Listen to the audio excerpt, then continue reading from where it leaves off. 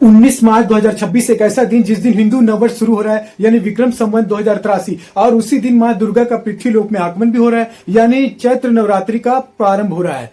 और उस दिन का नक्षत्र जो है उत्तर भारत भाद्रपद, शनि का नक्षत्र, डिसिप्लिन का, डेप्थ का, जीवन के अंदर ट्रांसफॉर्म लाने का नक्षत्र। और उस दिन योग है शुक्ल योग। शुक्ल योग शुभता और जीवन में ब्राइटनेस लाने वाला योग होता है। और गुरुवार बृहस्पति का दिन, यानी बृहस्पैरिटी का, एक्सपेंशन का। और ये इतना जबरदस्त कॉम्बिनेशन है कि बड़ा रेयर आता है, और इसको सही ढंग से अगर यूज कर लीजिए तो आपकी लाइफ में बहुत अच्छी सुखता शुरू हो जाएगी। क्योंकि यह समय निकल गया ना तो आपको थोड़ा पछताना जरूर पड़ेगा। बहुत सारे लोग सोचते हैं नवरात्रि जो अक्टूबर वाली होती है ये बड़ी वाली होती है, सर्दी नवरात्रि, लेकिन देखिए वो ग्रह होती है, भव्य होती है, और पंडाल होता है, माँ दुर्गा का भव्य आयोजन होता है, सेलिब्रेशन के हिसाब से बहुत बड़ा भव्य आयोजन होता है। लेकिन ये जो चैत्र नवरात्रि है ना, ये असल में सबसे प्राचीन और पावरफुल नवरात्रि होती है। इसका पहला कारण तो है इस दिन से हिंदू कैलेंडर की शुरुआत होती है, यानी कि, और दूसरा कारण है इसी दिन ब्रह्मा जी ने सृष्टि की रचना की थी। और तीसरा कारण है इस दिन नवरात्रों के 90 दिन भगवान श्री राम का जन्म हुआ था। तो मतलब समझिए कि ये वो नवरात्रि है जहां से समय, टाइम इटसेल्फ शुरू होता है। सृष्टि की रचना, काल का आरंभ, शक्ति का पृथ्वी पे अवतरण, ये तीनों के तीनों एक साथ।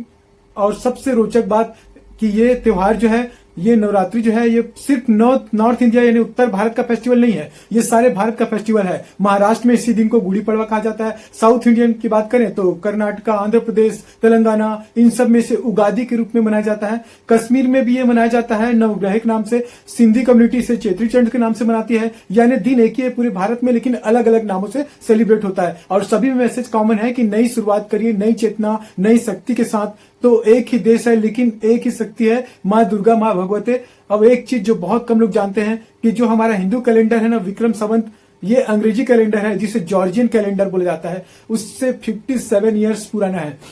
यानी जब दुनिया 2026 मना रही है तो हम 2083 में इंटर कर रहे हैं।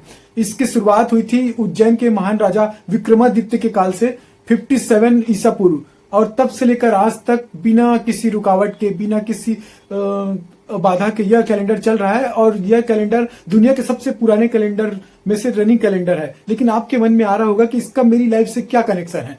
देखिए, कैलेंडर सिर्फ डेट गिनने के लिए नहीं होता है। कैलेंडर जो है ना, ये जो विक्रम संवत है ना, ये नेचर के साइकिल के साथ में अलाइन है। यानी कि पुरानी सोच को छोड़ना, पुराने डर को छोड़ना, पुरानी कंप्लेंट्स को छोड़ना, ये कैलेंडर कहता है कि नया संकल्प लो, क्लैरिटी के साथ संकल्प लो। क्योंकि ये कैलेंडर बताता है कि इस साल का जो नेचर है वो क्या होने वाला है। तो चैत्र का महीना है, मार्च अप्रैल, ये वसंत ऋतु है, स्प्रिंग सीजन है। इस समय में दिन बड़े होने लगते हैं, सूर्य की एनर्जी बढ़ रही होती है, शरीर नेचुरली डिटॉक्स मोड में चला जाता है, बॉडी का मेटाबॉलिज्म चेंज हो जाता है, हैवी फूड से लाइट फूड की ओर बॉडी का जो है एक शिफ्ट चल रहा होता है। इसीलिए नवरात्रि में व्रत रखने की परंपरा है। यानी कि एक सीजन से दूसरे सीजन में जाने का ये ब्रीज होता है। ये सिर्फ धार्मिक नहीं, एक तरीके से आप कह लीजिए कि सीजनल इंटेलिजेंस भी है। सर्दियों में हमने खूब हैवी भोजन किया, घी खाया, गुड़, तेल, अलसी और पता नहीं क्या क्या खाया। अब बॉडी को हल्का फूड चाहिए, फ्रूट्स चाहिए, साबूदाना, कुट्टू।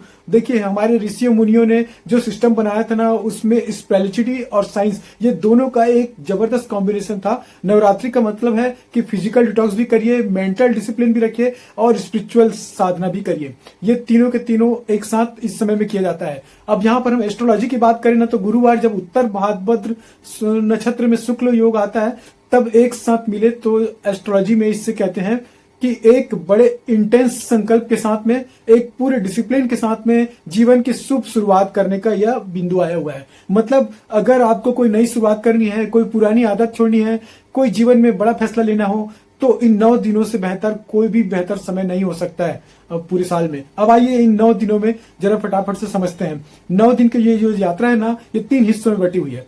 पहले 3 दिन है एनर्जी और करेज के, इसको कहते हैं शक्ति उपासना। यानी जो डे 1 है नवरात्रि का, माँ शैलपुत्री, वो है आपके जीवन में फाउंडेशन रखने का। और दूसरा दिन है माँ ब्रह्मचारिणी की, ये है पेशेंस एंड एंड्योरेंस बढ़ाने का। फिर तीसरा है माँ चंद्र घंटा का दिन, ये है आपके जीवन में करेज और प्रोटेक्शन लाने वाला दिन।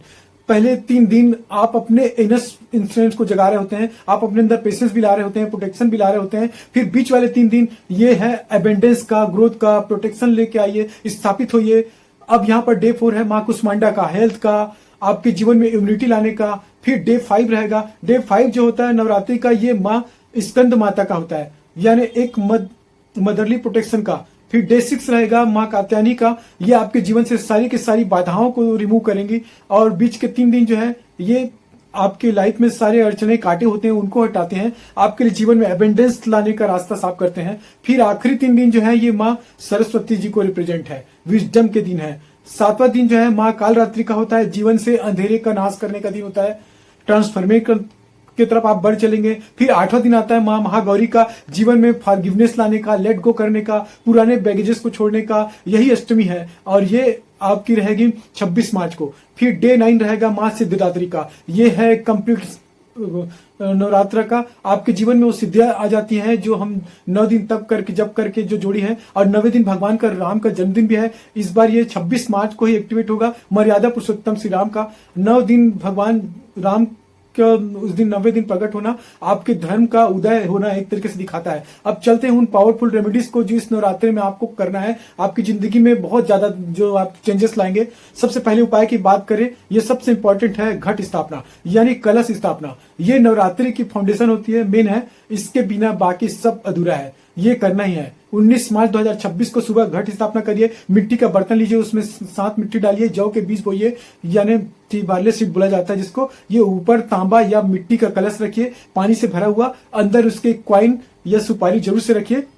कलश में आम के पत्ते ऑड नंबर में सजाइए और पुनः उन पत्तों के ऊपर में नारियल रखिए लाल कपड़े में लपटा हुआ, और एक अखंड ज्योत जलाइए। और आइडियली 9 दिन तक लगातार जलने वाली ज्योत जलाते चलिए। सबसे पहले क्या करते हैं लोग, नौकरी से या शाम को कहीं से काम से आकर रात को घट की स्थापना करते हैं, ये बिल्कुल नहीं करना है। घट स्थापना सूर्योदय के पहले ही करना चाहिए। अगर सुबह ना हो पाए तो दोपहर के समय जो अभिजीत मुहूर्त होता है ना लोकल एरिया के अनुसार, उसमें आप ये घट स्थापना कर सकते हैं, लेकिन शाम या रात को कभी भी इसको नहीं स्थापित करना है। अब आगे बढ़ते हैं दूसरे उपाय पर, और ये जो उपाय है ये जो है जौ का बोना यानी जौ का संकल्प लेना। एस्ट्रोलॉजी में जौ को शुद्ध अनाजों में से एक माना जाता है, देवताओं को अर्पित होता है जौ, यज्ञ में यूज होता है। नवरात्रि में जौ को बोना ये बहुत ही पावरफुल एक सिंबॉलिक रेमेडी होता है। ये रेमेडी उनके लिए होता है जिनके काम में बहुत अड़चन आ रही है, बिजनेस स्टक है, जॉब में ग्रोथ नहीं हो रही है, या कोई बहुत बड़ा टारगेट है आपका, कोई बहुत बड़ा गोल अचीव करना है, तो फिर ये रेमेडी है। यानी डे 1 19 मार्च को कलश स्थापना के साथ ही एक मिट्टी के बर्तन में जौ भी बो दीजिए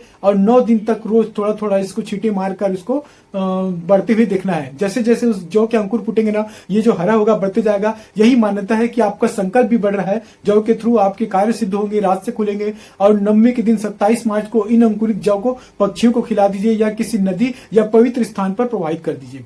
यहाँ पर ध्यान रखिएगा कि जौ जो है ये ताजे होने चाहिए, और सबसे जरूरी 9 के 9 दिन आपको इसको कंसिस्टेंटली इसको पानी देना है, थोड़ा थोड़ा पानी देना है ताकि यह प्रॉपर तरीके से ग्रोथ कर सके। और बीच में आपने भूल गए या बीज सड़ गए तो ये आपका उपाय संकल्प अधूरा माना जाता है। अब अगले उपाय की बात करें, ये भी जौ से जुड़ा हुआ उपाय है। इस नवरात्रि में, चैत्र नवरात्रि में जौ खावत क्या करते हैं, ये घर के नेगेटिविटी को हटाने का सबसे पावरफुल तरीका है। इस नवरात्रि में अगर आपके घर में टेंशन रहती है, फैमिली मेंबर्स में डिफरेंस ऑफ ओपिनियन है, झगड़े रहते हैं, ऐसा लगता है कि घर के अंदर हैवीनेस है, कुछ अटका हुआ है, तो ये रेमेडी उनके लिए बड़े काम की चीज होती है। अष्टमी यानी 26 मार्च को या फिर 9वीं को, ये सुबह का जो समय रहेगा उसमें आपको कोई बड़ा यज्ञ करने की जरूरत नहीं है। एक छोटा सा हवन कुंड लीजिए या कोई मिट्टी का बड़ा पात्र लीजिए, उसमें आप आम की लकड़ी से उसको प्रज्वलित करिए अग्नि को, देसी घी, जौ और थोड़ा सा गूगल और भीमसेनी कपूर, इतना बस मटेरियल चाहिए। उसके बाद ओम दुम दुर्गाय नमः ये की 7 आहुति दीजिए, पूरा परिवार साथ में बैठे तो सबसे बढ़िया होगा। और यहाँ पर एक छोटी सी चीज का आपको ध्यान रखना है कि बाजार में जो सस्ता केमिकल वाला कैंपर मिलता है ना, वो मत लीजिए, वो सिंथेटिक होता है, उसमें वैक्स भी मिक्स होता है। असली भीमसेनी कपूर या गूगल ही यूज करिए, ये भी बाजार से ढूंढने पर मिल जाएगा। और हवन अच्छी हवादार जगह पर कीजिए, खिड़की खोलिए, बालकनी या छत पे करिए, बंद कमरे में बिल्कुल मत करिएगा, नहीं तो फिर ये रेमेडी नहीं, ये आपके लिए प्रॉब्लम बन जाएगी। फिर चौथी रेमेडी पे चलते हैं, और ये जो है बहुत ब्यूटीफुल प्रैक्टिस है पूरी नवरात्रि में, ये है कन्या पूजन। मान्यता है कि अष्टमी या 9वीं के दिन छोटी कन्याओं को में साक्षात देवी का वास होता है, 7 साल से छोटी कन्याओं में। और ये कुछ सिंबॉलिक नहीं है, ये रेयर माँ शक्ति का एक्सपीरियंस होता है। अष्टमी या 9वीं को 9 कन्याओं को या कम से कम 2-3 कन्याओं को घर पे बुलाइए, उम्र 2 से 9 साल के बीच में हो तो बहुत अच्छा। उनके पैर धोइए, उनके माथे पर तिलक करिए, उनके आशीर्वाद लीजिए, हलवा पूरी और चना उनको बड़े प्रेम से खिलाइए, और छोटा सा कोई गिफ्ट उपहार स्वरूप जरूर दीजिए उनको। और फिर एक बार माँ का गुणगान करके उनका आशीर्वाद लीजिए। फिर जब भी आप किसी छोटी बच्चे के पैर धो रहे होते हैं ना, तो एक बार आप उनकी मासूम आंखों में देखिए, टच मी, उस मोमेंट को आप भगवती माँ दुर्गा की प्रेजेंस फील होगी उस समय में। और ये एक्सपीरियंस वर्ड्स में डिस्क्राइब नहीं हो सकता है, ये जो है फील करने की चीज है। जब आप करेंगे तो इस चीज को आप फील कर पाएंगे। इस समय एक गलती मत करना, इसको आप काम समझकर जल्दी जल्दी से मत निपटाना। बुलाया, खिलाया और भेज दिया। घरों के अंदर हम देखते हैं अक्सर कई बार लोग बुलाते हैं, कन्याएं अवेलेबल नहीं होती तो भी मंदिर में रख कर आ जाते हैं। इसको कोशिश करिए, थोड़ा भाव से करिए, प्यार से बात करिए, रिस्पेक्ट दीजिए। जैसे कि असल में माँ भगवती आपके घर में आई हुई है तो उनको जिस तरह से आप ट्रीट करेंगे वैसा आपको ट्रीट करना है। अब देखते हैं पांचवी रेमेडी। ये बहुत ट्रांसफॉर्मेटिव रेमेडी है जो अब अभी आपको मैं बताने जा रहा हूँ। ये जो रेमेडी है इसमें नवरात्रि में 9 के 9 दिन तक रोज सूर्यास्त के आसपास माँ दुर्गा के आगे एक घी का दिया जलाइए। अगर आपने अखंड जोत जला रखा है ऑलरेडी तो फिर से अलग से दिया नहीं जलाना है, लेकिन अगर अखंड जोत पॉसिबल नहीं है तो फिर ये घी का दिया जरूर से जलाइए। और दिए के सामने बैठकर 11 बार ओम ह्रीम क्लीम चामुंडाय कीजिए। इस मंत्र को 11 बार जाप करिए और इसको आप कोशिश करिए अगर 108 बार लेके जा सके तो बहुत अच्छा होगा। ओम ह्रीम क्लीम चामुंडाय नमः, ये माँ दुर्गा का बीज मंत्र है, बहुत शक्तिशाली है, बहुत कॉम्प्लेक्ट है। डेली कम से कम 11 बार और ज्यादा से ज्यादा 108 बार ये कोई भी कर सकता है। 2 मिनट का काम है, 5 मिनट का काम है। दिया जलाइए, शांत बैठिए और आंखें बंद करके ये मंत्र का जाप करिए। और मंत्र जपने के बाद भी 1 या 2 मिनट तक शांत बैठिए और माँ को मन ही मन अपनी इच्छा, अपनी बात भी कहते चलिए। बस 9 दिन तक रोज ये शाम को उपाय करिए और एक दिया जलाइए। बस ये बड़ा छोटा सा दिखने में उपाय है, लेकिन ये इतना प्रचंड उपाय है कि चैत्र नवरात्रि में हर शाम को किया जाने वाला, जो आपके जीवन में सॉल्यूशंस लेके आएगा, आपके जीवन में समाधान लेके आता है। और यहाँ पर एक चीज याद रखिएगा, अगर इस उपाय का कभी भी इन उपायों का कभी कोई साइड इफेक्ट नहीं है, लेकिन याद ये रखिएगा कि 9 के 9 दिन कंसिस्टेंटली आपको ये मंत्र करना है। 20 दिन छोड़ दिया, 1 दिन 2 दिन, तो यह संकल्प, ये उपाय आपका काम नहीं करेगा और अधूरा रह जाएगा। आप समझ लीजिए कि 9 के 9 दिन जो है ना आपके लिए छोटी सी तपस्या है, इसको पूरा करना है। अब 1 मिनट मैं सब कुछ साइड में रख देता हूँ, डेज को, रेमेडीज को, पंचांग को, और आपको इन एक बड़ी सीधी सी बात करना चाहूंगा कि हम सब ने जिंदगी में कुछ न कुछ हमारी लाइफ में ऐसा चलता रहता है कि किसी एक पर्टिकुलर काम को करने से रोक रहा होता है। कोई पुराना डर हो सकता है, कोई पुरानी चोट हो सकती है, कोई पुरानी याद हो सकती है, या ऐसी हैबिट जो हम जानते हैं गलत है लेकिन वो हैबिट हम छोड़ नहीं पा रहे हैं, या कोई ऐसा रिलेशनशिप जो असल में आपको दिमाग लगा रहा है, ड्रिंक कर रहा है, या कोई ऐसा गोल जो पहले तो हमने बड़े चाव से सोचा था लेकिन अब उसके लिए हमने ट्राई करना बंद कर दिया है। माँ दुर्गा ने क्या किया था? माँ दुर्गा ने राक्षसों का संहार किया था। महिषासुर, जिसे कोई देवता नहीं हरा पाए थे, उससे भगवती ने डिस्ट्रॉय किया था। माँ ने बाहर के राक्षस मारे और आपको उसी भगवती की कृपा से अपने अंदर के असुर को, अपने अंदर के राक्षस को मारना है। हमारे अंदर भी एक असुर होता है, आलस्य का असुर होता है, सेल्फ डाउट एक असुर होता है, और हर काम को टालना वो भी एक असुर है, नेगेटिविटी एक असुर है। और ये 9 दिन आपको इन्हीं युद्ध काल में आपको इन राक्षसों को मारना है। 9 दिनों आप व्रत रख लो, संकल्प ले लो, मंत्र जपो, डिसिप्लिन से रहो और अपने अंदर के उन असुरों से लड़ो। और जब 90 दिन आप रामनवमी में भगवान श्री राम के जन्मदिन पर वो राम आपके अंदर भी प्रकट होंगे, और मर्यादा, साहस, धर्म और सत्य, करुणा, ये सब कुछ चैत्र नवरात्रि का असली मतलब होता है, यानी एक नई चेतना।